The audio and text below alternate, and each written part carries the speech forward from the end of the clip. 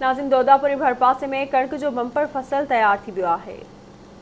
उन हवाले से रिपोर्ट कर रहा है बशीर अहमद कटोहर।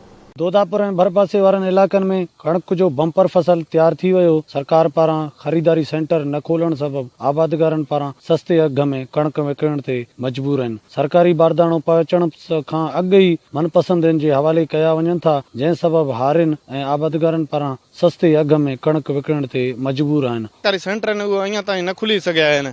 नंढा वॾा शहरनि में असां 1600-1700 ते ॾियण ते मजबूर आहियूं। सरकारी रेट 2000 रुपया आहे, उहो मुनासिबु रेट असांखे नथो मिले।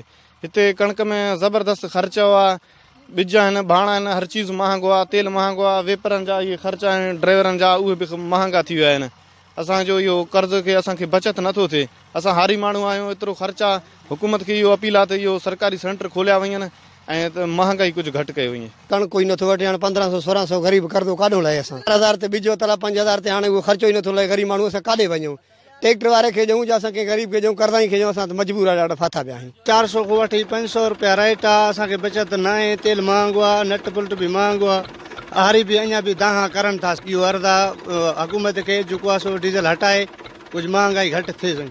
आबादगारनि जूं ॻाल्हियूं ॿुधियूं। हुननि जो चवणु हो त महांगाई उरूज ते पहुतल आहे। असीं फसलनि ते लखें रुपया ख़र्च कयल आहियूं, पर सरकारी अघु न मिलण सबबि असां सस्ते अघ में कणक विकिणण ते मजबूर आहियूं। हुकूमत खे घुर्जे त सरकारी सेंटर खोले आबादगारनि ऐं हारियुनि खे बारदानो ॾेई सुठे अघ में कणक ख़रीद कयो वञे, तॾहिं ख़र्चनि जी भरपाई करे सघिजे। कैमरा टीम सां गॾु बशीर अहमद कटोहर, आवाज़ टीवी न्यूज़, दोदापुर।